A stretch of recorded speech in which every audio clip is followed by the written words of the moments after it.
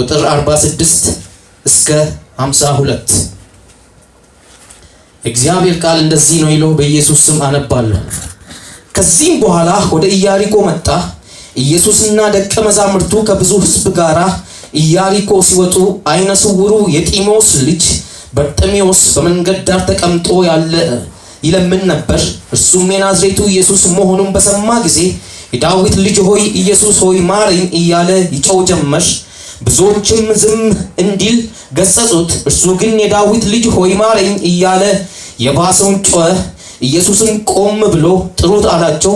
እነርሱም አይነ ስውሩን አይዞህ ተነስ ይጠራሃል አሉት። እርሱም ልብሱን ጥሎ ብድግ አለና ወደ ኢየሱስ መጣ። ኢየሱስም ምን እንዳደርግልህ ትፈልጋለህ አለው። ኢየሱስም አይነ ስውሩ መምህር ሆይ እንዳይ እፈልጋለሁ አለው። ኢየሱስም ሂድ እምነትህ አድኖሃል አለው። ወዲያውኑ አይኑ በራለት። በመንገድም ኢየሱስን ተከትሎ ሄደ ይላል። አሜን። የበርጤሜዎስ እምነት በሚል ቃል ነው አብረን የምናየው። የበርጤሜዎስ የዕውሩ ሰውዬ እምነት የሚለውን ቃል አብረን እናያለን። ይህን ቃል በማርቆስ ወንጌል ላይ ነው የምታገኙት። የማርቆስ ወንጌልን ስትመለከቱ በእያንዳንዱ ወንጌላት አሁን ሉቃስን ስትመለከቱ ኢየሱስ ሰው እንደሆነ ነው የተናገረው። ስለዚህ ፎከስ የሚያደርገው ምዕራፎቹን በሙሉ ኢየሱስ ሰው የሆነው አዳኝን ነው የሚናገረው። ማቴዎስን ደግሞ ስትመለከቱት ንጉሱን ነው የሚናገረው እና እዚህ ጋር ማርቆስ ስለ አገልጋይነቱ ነው የሚናገረው። አገልጋይ የሆነውን አዳኝ ኢየሱስ ክርስቶስን ይናገራልና የማርቆስን ወንጌል ስትመለከቱ በኢየሱስ ክርስቶስ ያገለገላቸው አገልግሎት ነው የሚበዛው።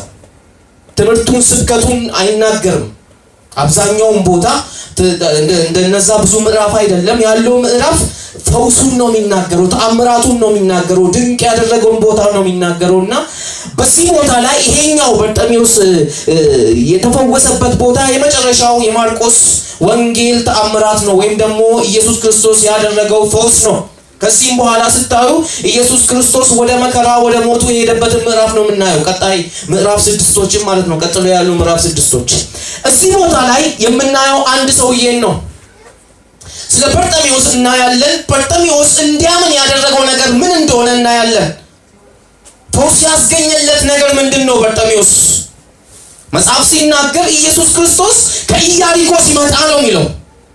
እዛ አገልግሎ ኢየሱስ ክርስቶስ ከኢያሪኮ ሲመጣ ይሄኛው ደግሞ በርጤሜዎስ ለማኙ ቁጭ ብሎ ይለምን ነበር ነው የሚለው።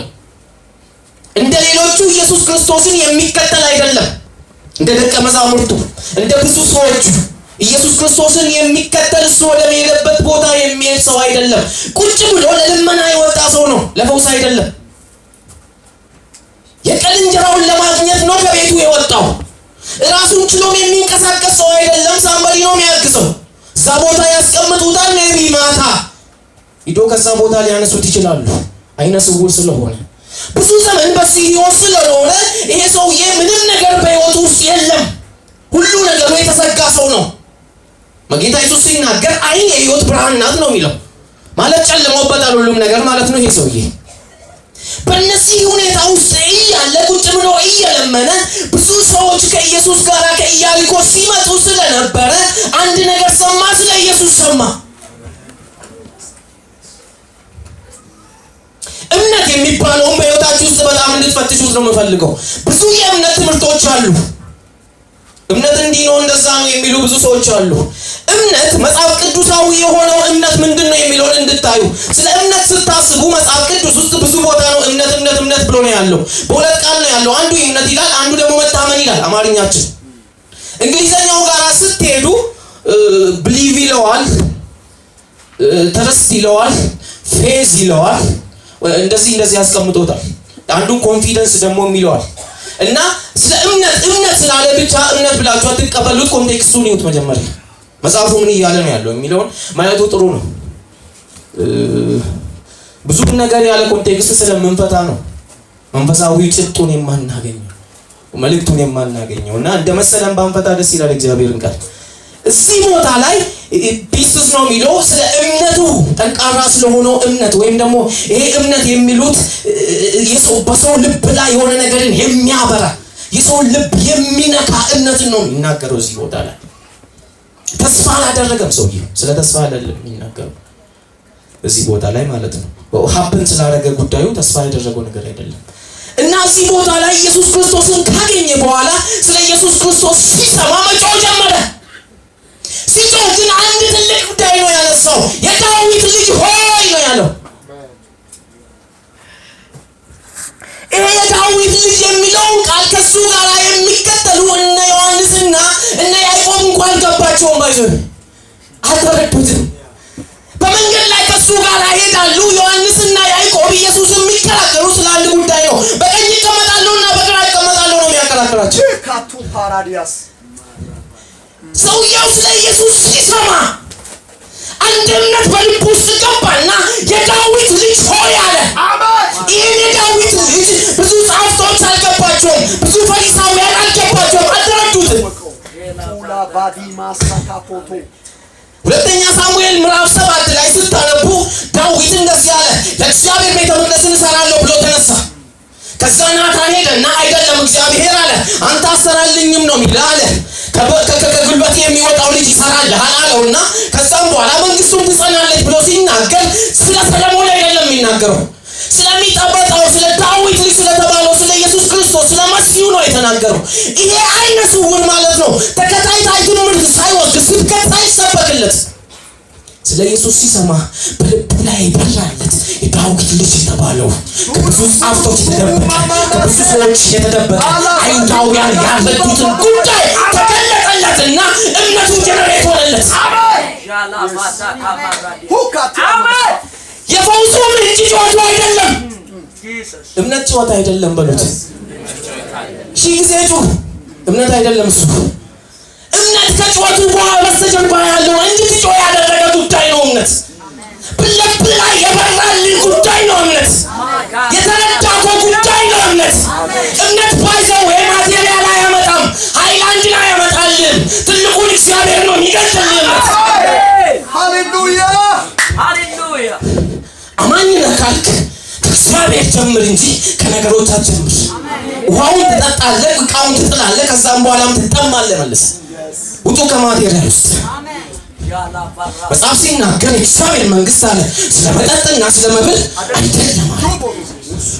አይደለም የእግዚአብሔር መንግስት የተደበቀ ጉዳይ ነው የተገለጠለት። እንዴት የሚለምን ቁጭ ብሎ የዕለት ጉርሱን ሊፈልግ የወጣ ሰውዬ እሱንም ደግሞ እኮ ተዋንታ ልጁ የተባለ ሰው ነው እንዴ? ለምንድን ነው አንዳንዱ የለም እንዴ ትልቅ ሰው እያለፈ እኮ ነው ዝም በል እንደሚባለው አይነት። ኢየሱስ ነካው እምነቱ። እምነት አድኖሃል ብሎ ሲናገረው ኢየሱስ ጩኸቱን አይደለም ልቡ ላይ የበራውን ጉዳይ ነው ያየው። የዳዊት ልጅ ያለው የፈውስ ምንጭ የሆነው የበረከት ምንጭ የሆነው የህይወት ምንጭ የሆነው የትግላ ምንጭ የሆነው የትኛው ሙላት ምንጭ የሆነው የዳዊት ልጅ ማረኝ ሲል ዱሉ ቫኒያሳ አንድ ነገር ልጠይቃችሁ። በልባችሁ ላይ ምን በርቶ ነው ቸርች ላይ የምትመላለሱት? ምንድን ነው በልባችሁ ላይ የበራ ጉዳይ? ምንድን ነው የገባችሁ ጉዳይ? ልንመለስ ይገባል። ወደ ወንጌል ልንመለስ ይገባል። ልናውቀው ይገባል። ይሄንን ኢየሱስ መጽሐፍ ሲናገር የቀመስነውን አሉ ደግሞ ያየነው የዳሰስነው ያየነውን እሱን እንሰብካላችኋለን እንናገራችኋለን አሉ። የተገለጠልን ነው ኢየሱስ። ዱላ ቪና ማሰምባራ ዳጋዶባ። ስለዚህ በርጤሜዎስን ስታዩ እምነቱ የጀመረው ፈውስ ፍለጋ ሳይሆን ከሰዎች የተደበቀውን የዳዊት ልጅ የሚለውን እውነት እሱን በልብ ውስጥ አስቀመጠ፣ አበራለት። ከዛም በኋላ ምን ላደርግልህ ትፈልጋለህ ሲል እንዳያለ ተፈወሰ፣ አይኑ በራለት። ቀጥሎ ኢየሱስን ነው የተከተለው። በርቶለታል ልቡ ላይ። አይነ ስውር ሆኖ ነገሩ ተይዞ አንድ ጉዳይ በርቶለታል ኢየሱስ። ነገር ተይዞ ጭንቅ ውስጥ ቁጭ ብለህ ኢየሱስ ከበራልህ ትከተላለህ። ከሱ ጋር ዝም ብለህ ትሄዳለህ። ከሱ የምትለይበት ፖይንት አይገኝም። ሌላ ባሳ ካታራ ባሳ የቱን ነው ያመናችሁት እናንተ? ምንድን ነው ያመናችሁት? እምነት አለኝ የምትሉ ሰዎች አምኛለሁ የምትሉ ሰዎች እምነታችሁ ምንድነው? የሰማችሁት ትንቢት ነው? ዛሬ የምትፈልጉት ነገር ነው? እግዚአብሔር በዚህ ጉዳይ ላይ ቢናገር የምትሉት እሱን ነገር ነው የምታምኑት? እሱ ከሆነ ተሸውዳችኋል። እምነታችሁን ለእግዚአብሔር መልሱ። አሜን። መጽሐፍ ቅዱስ ሁለት ነገር ይናገራል። አንድ ዕብራውያን 11:6 ላይ ያለ እምነት እግዚአብሔርን ደስ ማሰኘት አይቻልም ብሎ ይናገራል። ሁለተኛም ቆሮንቶስ ላይ ጳውሎስ ሲናገር እምነት፣ ተስፋ፣ ፍቅር እነዚህ ጸንቶ ይኖራሉ ብሎ ይናገራል። ያለ እምነት ከእግዚአብሔር ጋር ግንኙነት ማድረግ አንችልም፣ ማስደሰት አንችልም፣ መኖር አንችልም። እምነት አስፈላጊ ነው። ስታምን ግን የትኛውን እምነት እንዳመንክ ማወቅ አለብህ። እምነትን መፈተሽ አለብህ። ምንድነው ያመንከው ጉዳይ? የትኛውን ነው ያመናችሁት? አምኛለሁ ያላችሁት የትኛውን ነው? ብዙ ጊዜ ጴንጤ ሲባረክ ቀጥለው ኢየሱስን በቤታቸውና በሕይወታቸው የማታገኙት ኢየሱስን ስላላመኑ ስላልተገለጠላቸው ነው። ኢየሱስ የተገለጠለት ሰው ቢበላም ቢጠጣም ቢራብም ምንም ነገር ቢመጣ አይቀጥላል። ከሱ ጋር የሚያስቀጥል ፍቅሩ ነው። በልብ ላይ የፈሰሰው መንፈሱ ነው የሚያስቀጥል። ከሱ ያገኘከው ነገር አይደለም። ሳናገኝ ኢየሱስ ሊገባን ይገባል። ሳንበላ ሳንጠጣ ወደ ምግብ ወደ የሆነ ነገር ሳንሄድ የናዝሬቱን ኢየሱስን ልናውቀው ይገባል። የእናንተ እምነትና እናንተ ብዙ ተምረናል። እኛ ብዙ ተከታታይ ትምህርት ወስደናል፣ ብዙ ኮርስ ወስደናል። ለማኙ ግን እዛ ጋር ቁጭ ብሎ ስለንተና ብሎ በዛን ዘመን ባይለምንም ግን የዕለት እንጀራውን የሚፈልግ ሰውዬ ቁጭ ብሎ እየለመነ የሰዎችን እጅ እያየ ስለ ኢየሱስ ክርስቶስ ሲሰማ መጽሐፍ ሲናገር እምነት በመስማት ነው፣ መስማትም የእግዚአብሔርን ቃል ነው ስለሚል ስለ ኢየሱስ ክርስቶስ ሲሰማ በልቡ ላይ አንድ ነገር በራለት። ይሄ እያለፈ ያለው የዳዊት ልጅ ነው፣ እሱ ደግሞ የኔ ፈዋሽ ነው፣ እሱ ደግሞ የኔ ጌታ ነው።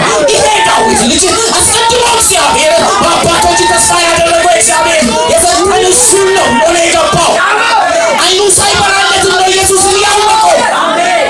አጠገቡ ያሉት ከሱ ጋር የሚኖሩ ሁሌም ከሱ ጋር የሚመላለሱ ሰዎች እየበሉ እየጠጡ ኢየሱስን አልተረዱትም፣ አላወቁትም። እኮ ነው አይናቸው ያያል እኮ እግራቸውም ይሰራል፣ ይራመዳል። ወደ ኢየሩሳሌም ሲሉ ኢየሩሳሌም፣ ቀፈርናሆም ሲሉ ወደ ቀፈርናሆም ከሱ ጋር ይሄዳሉ፣ ግን አላወቁትም። ምንም ስብከት ሳይሰበክ ስለ ኢየሱስ ሲሰማ ኢየሱስ ያለፈ ነው ሲሉ አስቡ። ያ እሱን ያገኘው ኮንቪክሽን በልቡ ላይ የበራለት ነገር አስቡ። ሕይወቴ ነው። ጳውሎስ ሲናገር አንድ ነገር ይናገራል። በጨለማ ላይ ብርሃን ይብራ ያለው ማን ነው አለ? እግዚአብሔር ነው አለ። ጨለማ ብሎ እዛ ቦታ ላይ ሲናገር የኛ የአሮጌው ማንነት ነው፣ ሳንድን የነበረ ማንነት ነው። ድነት ያገኘ ነው ባይዘው ስለዘለልና ሃሌሉያ ስላልን አይደለም። ሰዎች አሁንም ጫት እየቃሙ ኢየሱስ ጌታ ነው ይላሉ። ለምንድነው ያልዳኑት? ለምንድነው ያልተለወጡት? ለምንድነው ጫቱን ጥለው ወደ ጌታ ያልመጡት? ለምንድነው ከጭፈራ ቤት ያልወጡት? እስቲል መዝሙር እያዳመጡ ጫት የሚቅሙ ሰዎች እኮ አሉ። ለምንድነው ያልለወጣቸው? መንፈሳዊ የሚመስሉ ቋንቋችን መናገር አይደለም እምነት። ኢየሱስ ክርስቶስ ለኛ ሲበራልን ነው። ፐርሰናሊ እሱን ኤክስፒሪየንስ ስናደርገው ነው እምነት።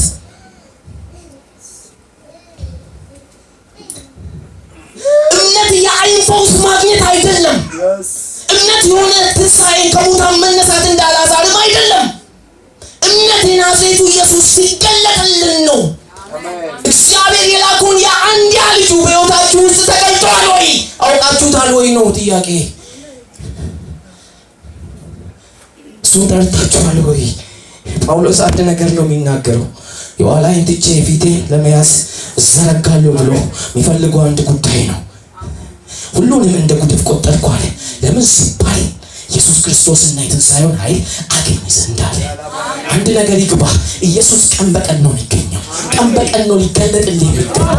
ቀን በቀን ነው ልትለማመደው የሚገባው። አለበለዚያ መንፈሳዊ ሕይወት አያድግም።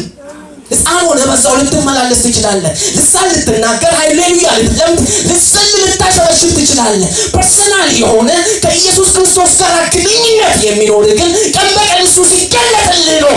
በኢየሱስ ስም ወደዚህ ሕይወት ግቡ። ሕይወት ያገኛችሁ የዳነ ሰው በትክክል የዳነ ሰው ሕይወቱ እንደዛ ነው። ቀን በቀን ከክርስቶስ ኢየሱስ ጋር የሚገናኝ ለቶማስ አትልመዱት። ቶማስ አንድ ጥያቄ ነው የጠየቀው ስለ አብ ብሎ ጌታ ኢየሱስ ስለሚናገር በቃ አለ ከእንግዲህ በኋላ አብን አሳየን እዛ ይበቃናል። እንዴት ነው እኔን አይተህ አብን ያላየኸው አለ። ቸርች ላይ ሆናችሁ የሚገርሙ ተከታታይ ትምህርቶችን መማር ሳይሆን ትምህርቱ በልብ ላይ ያመጣው ነው ውጤቱ። ስብከት ማዳመጥ ሳይሆን ስብከቱ በአንተ ልብ ላይ በአንተ መንፈስ ላይ ምን አመጣ ነው ሪዛልቱ ነው የሚፈለገው እሱ ነው። በጣም በቃ ደስ ብሎክ ሰማይ ነው የዋልኩት ብለህ ነገ ወደ ምድር የምትመለስ ከሆነ ችግሩ አንተ ጋር ነው። ችግሩ እምነትህ ነው።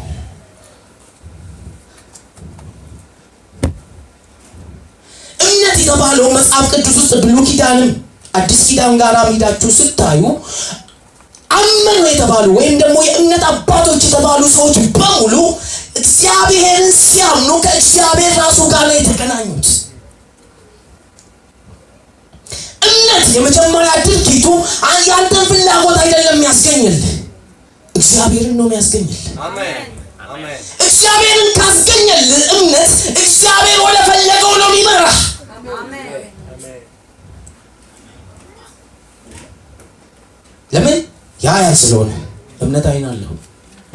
ስለ አብርሃም ሲናገር የዕብራውያን ጻፊ 11 ላይ በሳን ዘመን ላይ ሆኖ በድንኳን እየኖረ ሮምኛ ጨመርኩበት በድንኳን እየኖረ አንድ ነገር አለ። የተሰራች መሰረት ያላትን ከተማ አየ ነው የሚለው። ድንኳን ውስጥ ቁጭ ብሎ እኮ ነው። ይስሐቅ እኮ አልመጣም። እግዚአብሔር አብርሃምን አመነ ጽድቅ ሆኖ ተቆጠረለት ብሎ ቃል ኪዳን አስገባው። ምዕራፍ 15 ላይ ሄደ። ድንኳን ውስጥ ቁጭ ብሎ ከእግዚአብሔር የሚፈልገው ነገር ሳያገኝ የሚመለከተው አንድ ነገር ነው። ገና የምትገለጠው አዲስቷ ኢየሩሳሌም እዛ ጋር ያለው እምነቱ። አሜን። የሆነ እዚህ ቆሞ ሰው ተቀበል ስትሉት ብዙም አትቸገሩ። ካያችሁ እግዚአብሔርን ነው። ኤፌሳር ብታይ ችግር የለውም ይመጣል፣ ሊገለበጥም ይችላል። ሁለት አይነት በቤተ ክርስቲያን ዘመን ማለት ነው የሚቀጥሉ ሁለት ነገሮች አሉ። አንደኛው አስተምሮ እግዚአብሔርን ወደ ሰዎች የሚያመጣ ነው። ለሰዎች ፍላጎት እግዚአብሔርን መልስ አድርጎ የሚያመጣ አስተምሮና ስብከት ነው። ሌላኛው ደግሞ ሰዎቹን ምእመኑን ወደ እግዚአብሔር የሚያመጣ ነገር ነው። ትናንትም ነበር፣ ዛሬም አለ፣ ነገም ይቀጥላል። ሁለቱም ደግሞ ትክክል ነው። የሚመጣው ግን አንተ ወደ እግዚአብሔር ስትመጣ ነው። ለምን ይሁዲን ሰውዬ ልብሱን ጣለ ይላል። ከዛም በኋላ ፈውሱን ወደሚቀበልበትና ወደሚከተለው ወደ ጌታው ወደ ተገለጠለት የዳዊት ልጅ ነው የሮጠው።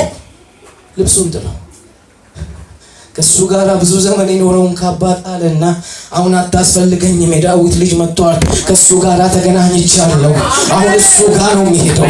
ሻዳ ባራ ባባሳካቲያ መጽሐፍ ሲናገር እንደዚህ ይላል፣ እሱን ከለበስን አለ ራቆቶንን አንገኝም አለ ጳውሎስ። ስለዚህ መልበስ ያለብህ ናዝሬቱ ኢየሱስ ነው። እስከዛሬ የያዘን ነገር ጥለህ ኢየሱስ ክርስቶስን ለማግኘት ተነስ፣ ሁሌም ተከተለ። አሜን። የክርስትና ግቡ እሱ ነው። የክርስትና ግቡ እሱ ነው። ስለዚህ እምነታችሁ ምን ላይ ነው የቆመው? ምን ላይ ነው የቆመው እምነታችሁ?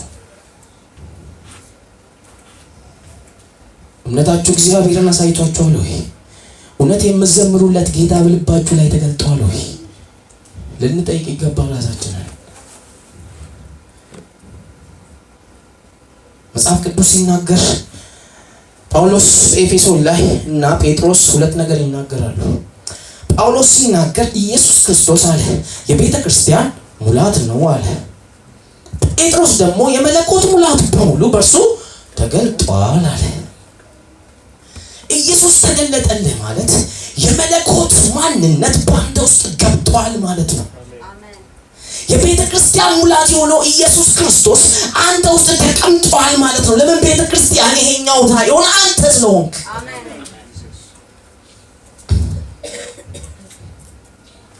ስለዚህ ህይወትህ ሁሌም ከእሱ ጋር ነው የሚሆነው። አንተ የምትኖረው ሰማይን በምድር ላይ ለመግለጥ ነው።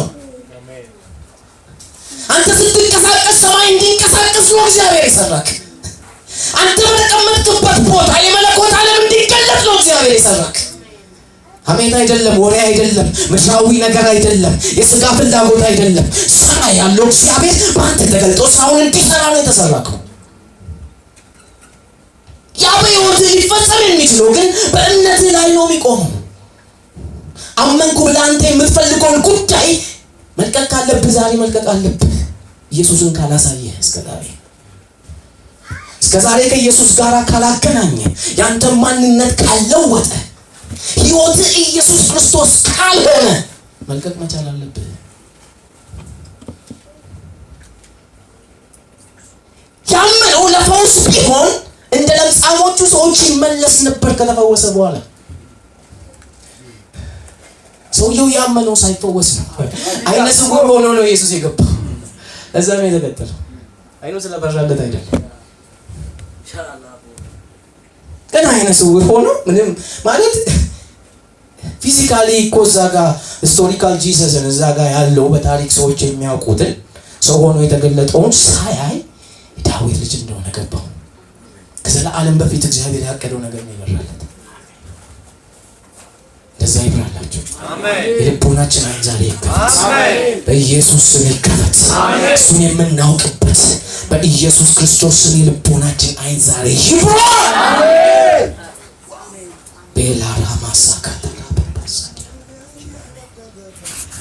ስለዚህ ስለ እምነት ስታስቡ አንድ ነገር ሊገባችሁ ይገባል። እግዚአብሔር ሊገለጥላችሁ ባይዘው ዕብራውያን 11:1 ላይ ያለው ብዙ ሰዎች እምነት ትርጓሜ ነው የሚሉት። መጽሐፉን ሳነብ ግን እንደዛ አይለኝም። ይሄ ዕብራውያን 11 ላይ ያለው የእምነት ድርጊት እንጂ የእምነት ትርጓሜ አይደለም። ለምሳሌ ለአልዓዛር ይሄን ውሃ ሰጠሁት ተቀበለኝ። መቀበሉ ድርጊት ነው ወይስ ስሙ ነው? ትርጓሜው ነው። ድርጊት ነው አይደል? ተቀበለኝ። ስለ እምነትም እንደዛ ነው የሚናገረው መጽሐፍ። እምነት ተስፋ ያደረግነውን ነገር እንደሚፈጸም እርግጠኛ የምንሆንበት የምናየውን ነገር አሁን መሆኑን የምንረዳበት ነው ይላል። ስለ እምነት ድርጊት ነው እያወራ ያለው። እምነት አለ ተስፋ ስለምናደርገው ጉዳይ። መጽሐፍ ቅዱስ ያለው ትክክለኛ ተስፋ የክርስቶስ ኢየሱስ መምጣት ነው። መኪና ጋር አትውሰደው ካሉ ቤት ጋር አትውሰደው፣ የሆነ ነገር ጋር አትውሰደው። ለምን አብርሃምን አስቡ። ቅድም ነግሬያችኋለሁ።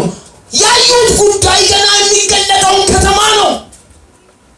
ያየው ጉዳይ ኢየሱስ ክርስቶስን ነው። ገና የሚመጣውን ጉዳይ ነው የተመለከተው በእምነት።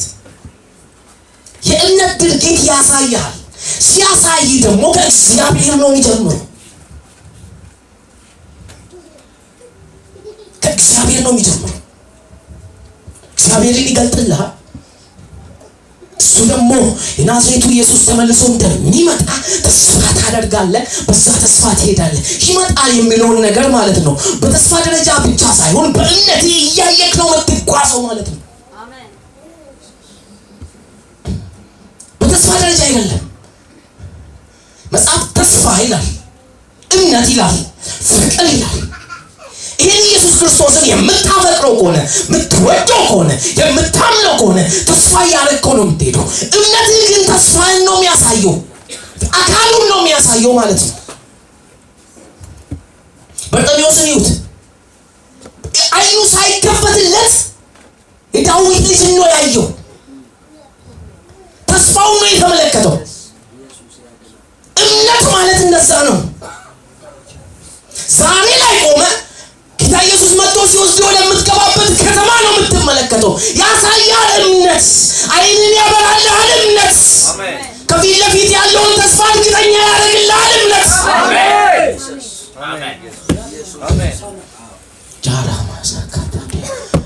እምነት እንደዚህ ነው። እምነት ከማቴሪያል ጋር ያደረጉ ሰዎች አሉ። እምነት ግን ያ አይደለም። እግዚአብሔርን አመነ ጽድቅም ሆኖ ተቆጠረለት ሲባል እምነቱን እግዚአብሔር ነው እንጂ ያየው አሸዋ ነው እንዴ? እምነቱ የአብርሃም ያየው ሰማይ ላይ ያሉ ከዋክብቶች ናቸው እንዴ? መጽሐፉ እንደዛ አይደለም የሚለው እግዚአብሔርን አመነ ነው። እግዚአብሔር የከዋክብቱን ባለቤት የአሸዋውን ባለቤት ነገር ሊሰው የሚችለው ባለቤት እግዚአብሔርን አመነው ይላል። ስለዛ ነው አብርሃም እግዚአብሔርን የተከተለው። እግዚአብሔርን ስላመነ ነው። አሸዋ ቢሆንማ አሸዋ የሌለበት ቦታ ላይ ሲደርስ አሸዋውን ስለማያይ ተስፋ ይቆርጥ ነበር። ከዋክብት ባይታየው ደመና ቢሸፍነው ከዋክብቱን ሳይ ሲቀር ተስፋ ቆርጦ ይመለስ ነበር። ባይዞ የተስፋ ምን ቆርጦ ለዛ ነው ፎከስ የምናደርገው በትንቢት የሰማነው ድምፅ ላይ ብቻ ስለሆነ ዛሬ ዓመት እንዲህ ያደርግልሃለሁ ብሎ እግዚአብሔር ሲናገር አሜን ብለህ ማየት ያለብህ ድርጊቱን ሳይሆን አድራጊውን ነው። እምነትህ መሆን ያለበት አድራጊው ጋር ነው። ስለዚህ የእምነትን ትርጓሜ መሰረዝ ካለባችሁ ዛሬ ሰርዙና መጽሐፉ የሚለው እኔ የምላችሁን አይደለም መጽሐፉን አጥሩ በደንብና መጽሐፉ የሚለውን ወሰዱ። ኤክስፒሪየንሳችን ትክክል ነው የሚሆነው። ባላንስድ የሆነ ነገር ነው የሚሆነው።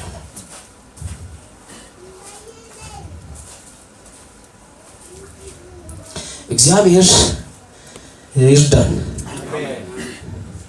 ስለዚህ በርጤሜዎስን ስታዩ ኢየሱስ ክርስቶስ ሰማና የዳዊት ልጅ እንደሆነ ተገለጠለትና በሱ አምኖ ተፈውሶ ኢየሱስን ነው መልሶ የተከተለው። እግዚአብሔር ለስጋችሁ ለነፍሳችሁ መጽሐፍ ሲናገር ኢሳይያስ ላይ ለነፍስ አዛብን እሰጣለሁ ብሎ ይናገራል። እግዚአብሔር ለነፍስ በረከት ይሰጣል። የእግዚአብሔር መንግስት ውስጥ ሁሉም ነገር ሙሉ ነው። እግዚአብሔር ሸሚዝ ሰጥቶ ከረባት አይከለክልም። እግዚአብሔር ሱሪ ገዝቶልህ ጫማ የለኝም አይልም። እግዚአብሔር ጋር ሁሉም ነገር ሙሉ ነው። በዛ ሙሉ በሆነ ነገር ውስጥ ለመግባት ግን የወንጌሉን እውነት መከተላችን ግዴታችን ነው። የእግዚአብሔር መንግስት ቁልፍ አላቸው። እነዛም ፕሪንሲፕሎች እየተከተልክ ስትሄድ በዘመን በረከትን ታገኛለህ፣ ትባረካለህ። ስለዚህ ለኛ በጣም ቅርብ ወዳጃችን ሊሆን የሚገባው ወንጌሉ ነው። ወንጌሉ ብቻ እግዚአብሔርን ስለሚያሳይ በቃሉ ብቻ ነው ስናየው። ሰውየው የተፈወሰው ሰምቶ ነው፣ እጅ ስለተጫነበት አይደለም። በቃ ኢየሱስ እጅ ጭኖ ፈውሷል። የዚህን ሰውዬ ህይወት ስትመለከቱ ግን እጅ አልተጫነበትም። ሰማ፣ አመነ፣ ተገለጠለት፣ ሄደ። የምትፈልገው ምንድን ነው ተባለ። አይነ እንዲበራ አለ። ከዛ ተከተለ። ባይዞ አይኑ እንዲበራ የፈለገው ለመከተል ይመስለኛል። ለምን አልተመለሰም? ከዛ በኋላ ወደኋላ ኢየሱስን የተነከረ እሱ ጋር ነው ዘመኑን የጨረሰው። እንከተለው ይሄንን ጌታ የሚያዋጣው እሱ ስለሆነ። የሆነ ጊዜ ቸርች ቆሜ ነቀምት እያለሁ ጸለይኩ። ጌታ ሆይ እንዴት ላስበክ፣ እንዴት ላስተምር፣ እንዴት ልጸልይ ምናምን ብዬ ጠየቅኩና ጌታ መጥቶ ዝም ብለህ ተከተለኛል። ከዛ አሰብኩኝ ፐርፎርማንስ አይደለም ክርስትና። እዚህ ቆመን ሪፎርም የምናደርገው ጉዳይ አይደለም። የሆነ ስኪል ጋፕ መውሰድ የለብንም። ስኪል ጋፕ የሆነ ፕሮፌሽን ላይ ነው የሚያስፈልግ። ወንጌል ላይ ግን የናዝሬቱ ኢየሱስን መከተል ነው። መከተል በቃ እና እውነተኛ እምነት በህይወታችን ሲገለጥ ኢየሱስ ክርስቶስን ይገልጥልናል። ከዛም በኋላ የእሱ ተከታዮች ያደርገናል። ሶስተኛ ላይ ተስፋ የምናደርገው ሁሌ የእሱ ተመልሶ መምጣት ይሆናል። በመራናታ ውስጥ ነው የምትመላለሰው ማለት ነው። ጴጥሮስ ሲናገር የጌታ ምጽአት ምን አድርጎት ነው የሚለው? አዘገዩት ነው የሚለው? ፋጥኑት ነው። እና ያ የምታፋጥንበት ህይወት ውስጥ የምትገባ ኢየሱስ ሲገለጥ ነው። እና የእምነት ሰዎች ሩቅ አይደለም። አራቱ ወንጌል ስታዩ የተለወጡ ሰዎች ከኢየሱስ ክርስቶስ ጋር የተገናኙ ሰዎች ናቸው። በዛኔ ፊዚካሊ ተገናኙ። አሁን ደግሞ በመንፈስ እሱ ማግኘት መቻል አለብን። መንፈስ ቅዱስ ባንተ ውስጥ ገብቷል፣ ባንቺ ውስጥ ገብቷል። ስለሆነ ኢየሱስ ክርስቶስን ወደ እናንተ ስቦ ሊያመጣ ይገባል። የመንፈስ ቅዱስ ፍላጎት አንድ ነው። ኢየሱስ ክርስቶስ ሲከብር እሱ ማክበር። መጽሐፍ ሲናገር ከሌላ አይናገርም ከራሱ አይናገርም ነው የሚለው። ስለምንድን ነው የሚናገሩት? ኢየሱስ ክርስቶስ የተናገረውን ነገር ያሳስባቸዋል፣ ያስታውሳቸዋል ነው የሚለው። እና ኢየሱስን ቀን በቀን በህይወታችን ውስጥ እየሳለ ነው የሚሄደው ማለት ነው።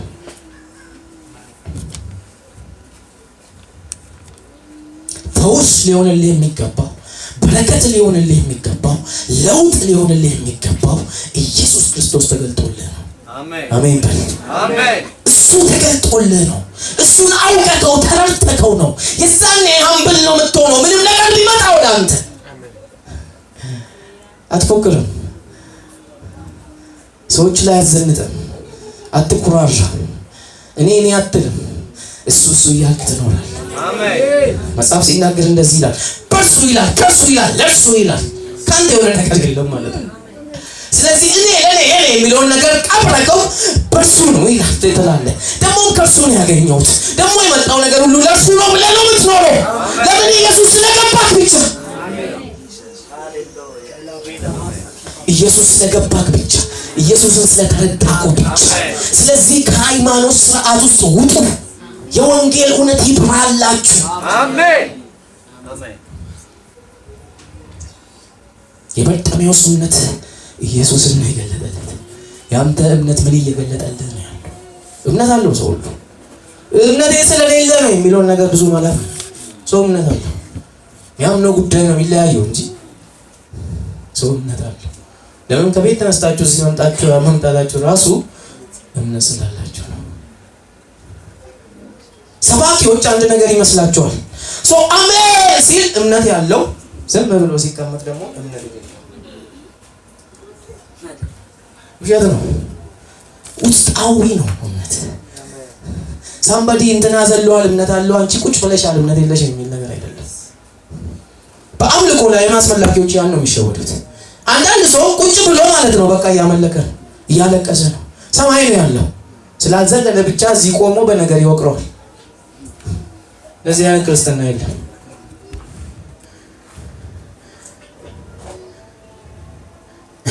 ጳውሎስ ሲናገር ኢየሱስን ድዋለ በስጋ የሆነ ነገር ብሎታል። የዮሴፍ ልጅ ምናምን ብሎ ፊዚካሊ ያለው ነገር ፊዚካሊ ያትመለከቱ ሰዎች፣ መንፈሳዊ ሰዎች ከሆናችሁ መንፈስ ተመልከቱ ሰዎች። አካላዊ የሆነ ጉዳይ አይደለም አምልኮም እምነትም። እኔ ቆሜ በቃ እንደዚህ ያልኩ ብውል ነገሩ ላይ መጣ ይችላል ካላመንኩ። ሜቢ ሰባኪው ላስደስት ሊዘየዘልኩ ሊሆን ይችላል። ይሁት ሰውየው ጮኸ ነው የሚለው፣ ደግሞም ጮኸ ነው የሚለው። ያስጮኸው የተገለጠበት ጉዳይ ነው። ስለ ጩኸት መጽሐፍ ቅዱስ ውስጥ ስታዩ ጮኸ እስራኤል ድል አድርጓል፣ ጮኸ ደግሞ እግዚአብሔር ትቶት ሂዷል። ስለዚህ የምትጮህበት ሞቲቭ ግዴታ መታወቅ መቻል አለበት። ብላ ስላልክ ስለ ጮኸ ከዚህ መሬት ላይ ስለተንከባለልክ እኔን አይገባኝም። የገባህ ጉዳይ እንደዛ ካደረገ ነገ ወድቀህ ለውጥ ይዘህ ነው የምትነሳው። የወደቃችሁ ሰዎች ይለናል ፓስተራችን። ነገ ማትለወጡ ከሆነ የውሸት ነው የወደቃችሁት ነው። እውነት ቸርች ላይ ብዙ ሰው እኮ ይወድቃል፣ መንፈስም መጥቶበት እሱም መውደቅ ፈልጎ ይወድቃል። ከወደቀ ሲነሳ ግን ያው ሰውዬ ከሆነ ያጠራጥራል አወዳደቁ። ለምን? መንፈስ ቅዱስ የነካውና ኢየሱስ ክርስቶስን ያገኘ ኢየሱስ መንፈስ የነካው ሰውዬ ወድቆ ሲነሳ የሆነ ነገር ከላዩ ላይ ተራክፏል ማለት ነው። ማንነቱን ጥሎ የሱ ማንነት አግኝቷል ማለት ነው። የሆነ በቃ የሆነ ስቴፕ ወደ እግዚአብሔር ቀርቧል ማለት ነው። ገብቶታል፣ የሆነ ነገር በውስጡ ገብቷል። የመለኮት ዓለም ትንሽ ጠብ ሲልብ የሆነ ነገርን ነው ቀይሮ የሚሄድ። ስለዚህ እንትና እምነት አለው እንትና እምነት የለም። የእምነት ሚዛን ማን ነው ላንተ የሰጠክ? ማናችን ነው አንተ ሰጠክ?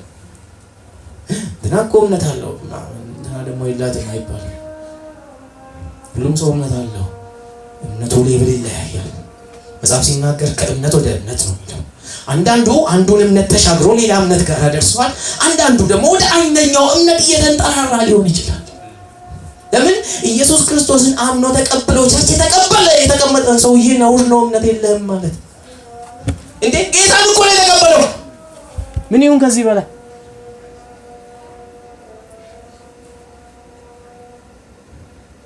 አንዳንድ እምነት ያሳዝናል። አንዳንድ ሰባኪዎች ልማዳቸው ነው በቃ ራሳቸውን የሆነ ለማድረግ አንተማ እምነት የለም ምክንያቱም ነው ኢየሱስ ክርስቶስን ተቀብሎ ኢየሱስ ክርስቶስ በውስጡ የገባው ሰውዬ እምነት የለም ለማለት ስብከት ለማጣፈጥ ነው ያስጠይቃል ሰማይ።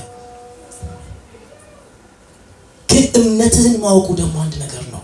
ያመንከውን ጉዳይ መለየት ጥሩ ነው። አንዳንድ ሰው ቸርች ሲመጣ ፈውሱን አምኖ ነው። አንዳንዱ ከችግር ለመውጣት ስለ ችግሩ አምኖ ነው። አንዳንዱ ደግሞ እግዚአብሔርን ራሱ ፈልጎ ነው።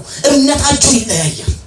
ተመልከቱ፣ ይሄ ዕብራውያን 11 ብቻ ነው የእምነት ሰዎች የተባሉ ሰዎች ያመኑበት ጉዳይ በጣም ዲፍረንት ነው። ረሃብ እኮ ጋለሞታ ነች ይላል መጽሐፍ። ግን እስራኤላውያን ስለደበቀቻቸው እዚህ ላይ ተጽፋለች የእምነት ሴት ተብላ። በእኛ ዘመን ቢሆን አንቺ ጋለሞታ ነው የሚባለው፣ መጽሐፍ ግን የእምነት ሴት ብሎ አስገብቷታል። ምን እናድርግ?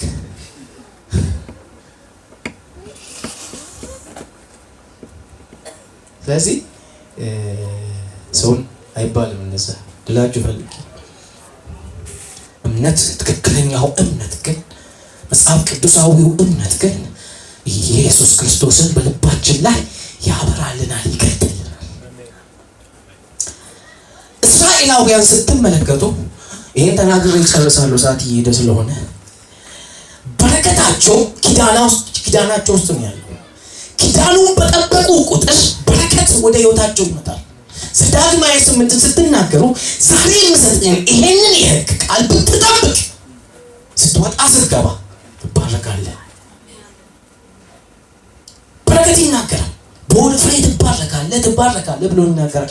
ከቃሉ ፈቀቅ ያልክ ቀን ደግሞ ብዙ ነው መርገሙ። እንደው 100 ምናምን ቁጥር ያለው ግድ ብዬ አንድ ቀን የሆነ ወንድም ሲያስተምረን ነበር 130 ምናምን መርገም ይበዛል። ከበረከቱ መርገሙ ነው ይበዛል። መርገሙን ትቀበላለህ ይላል። እነሱ ጋር ያለው ኪዳን እንደዛ ነው የሚሰራው። ለምሳሌ እግዚአብሔር እንደዚህ ያለ ሙሴ እስራኤልን እንደዚህ ያለ ከፊት ለፊት አለ የህይወትን የሞትን መንገድ አለ አንተ ምረጥ፣ አንተና ቤትህ ግን ህይወትን ምረጥ አለው። ህይወት የሚለው ነገር እዛ ቦታ ላይ ሊገባቸው የሚገባው አዲስ ኪዳን ላይ ያለውን ህይወት አይደለም። ሂብሩ ቃሉ የሚናገረው ልምላሜ ነው። አንተና ቤትህ ልምላሜ ምረጥ፣ ወኪን ከነዓንን ምረጥ እያለ ነው ያለው። ከነዓን ይፍለጥ። ያ ሀገር ምንድነው? ማርና ወተት ያፈሳል ብሎ እግዚአብሔር የተናገረ ለምለም ናት ብሎ የተናገረ ጉዳይ ስለሆነ ህይወት ሲል አዲስ ኪዳን ጋር ታምጣው። ህይወት ሲል እዛ ጋር የሚናገረው ስለ ልምላሜ ነው። ያን የተባሉ እስራኤላውያን ያንን ልምላሜ ውስጥ መግባት የሚችሉት ከህጉ ጋር ትክክል ሲሆኑ ብቻ ነው። ህጉን ሲጠብቁ ብቻ ነው። ያንተ በረከትም ኪዳኑ ውስጥ ነው ያለው። ኪዳንን ይዞ ያለው ደግሞ የናዝሬቱ ኢየሱስ ነው። ህግ አይደለም፣ የሙሴ ህግ አይደለም። የናዝሬቱ ኢየሱስ ባንተ ህይወት ቀንና ለሊት ሊገለጥና ልትለማመደው ይገባል። እሱም ባወቅ ቁጥር ነው ፍሬያማ የምትሆነው። እሱም ባወቅ ቁጥር ነው የምትባረከው። እሱም ባወቅ ቁጥር ነው ቤት የሚፈወሰው። እጅ ባጫንክ ቁጥር አይደለም። ብዙ ትንቢትን በሰማን ቁጥር አይደለም። ጌታ ይባረክ። ትንቢት ያስፈልገናል። ምርጥ ስጦታ ነው እግዚአብሔር ለቤተ ክርስቲያን የሰጠው። በዛ ቁጥር ግን አይደለም። መስማት እስራኤል ብዙ ሰምቶ ነበር ግን አልጠቀመው። ዕብራውያን ጻፊ ሲናገር በእምነት ከራሳቸው ጋር ስላልተዋሃደ አልጠቀማቸው ነው የሚለው። በረከት ኪዳን ውስጥ ነው ያለው። ፈውሱን ያገኘው ኢየሱስን ስላገኘ ነው። በርጤሜዎስ አይኑ የበራለት የዳዊትን ልጅ ስላወቀው ነው። ቤታችሁ ውስጥ ያለው ችግር ነገ ላይ የምትፈልጉት ጉዳይ ኢየሱስ ክርስቶስ ጋር አለ። እሱ የቤተ ክርስቲያን ሙላት ስለሆነ ከባለጠግነቱ ይባርካችኋል፣ ይፈውሳችኋል፣ ይረዳችኋል። እሱን ግን ወቁት፣ እሱን ተለማመዱት፣ እሱን ኑሩት። ሕይወታችሁ ኢየሱስ ይሽተት። በዛ ኪዳን በረከት ግን በመጠበቅ ከሆነ በዚህኛው ኪዳን ግን ኢየሱስን በመኖር ነው። ኢየሱስ ክርስቶስ መጽሐፉን ብታዩ ወንጌላትን ሁለት መልእክት አለው። አንደኛው ወደ እኔ ኑ የሚል ነው። ሁለተኛው ደግሞ በእኔ ኑሩ የሚል ነው። ወደ እኔ ኑ ይላል። እኔ ሕይወትም እውነትም መንገድም ነኝ። ወደ እኔ ኑ። ያለ እኔ ወደ አብ መግባት አይቻልም። ወደ እኔ ኑ። የመጡትን ደግሞ ሲናገር በእኔ ኑሩ ይላል። እኛ አሁን ያለንበት ስቴጅ በእኔ ኑሩ ላይ ነው። ስለዚህ ልንኖረው ይገባል። አሜን አሜን አሜን። ልንኖረው ይገባል። ብሉይ ኪዳን ላይ ሁሌም የሚገርመኝ አንድ ሰው አለ። ታቦቱን ዳዊት ሊወስድ ሄዶ ማነው ስሙ ታቦቱን ሲነካ እጁ ሰውየው ሲሞት አንድ ሰው ቤት ሄዶ አስገቡ ታቦቱን። በዛ ቦታ ላይ ታቦቱ ሲገባ እሱና ይላል ቤተሰቦቹ ተባረኩ ነው የሚለው። ታቦቱ ቤቱ ስለገባ ማረፊያ ስላገኘ። አሁን ያለው ያንተ ያለበት ኪዳን፣ አንቺ ያለሽበት ኪዳን ደግሞ ከዛ ታቦት ይበልጣል። የናዝሬቱ ኢየሱስ በእናንተ ውስጥ ገብቷል። መባረካችሁ ግድ ነው። አማራጭ የሌለው ጉዳይ ነው። መፈወሳችሁ አማራጭ የሌለው ጉዳይ ነው።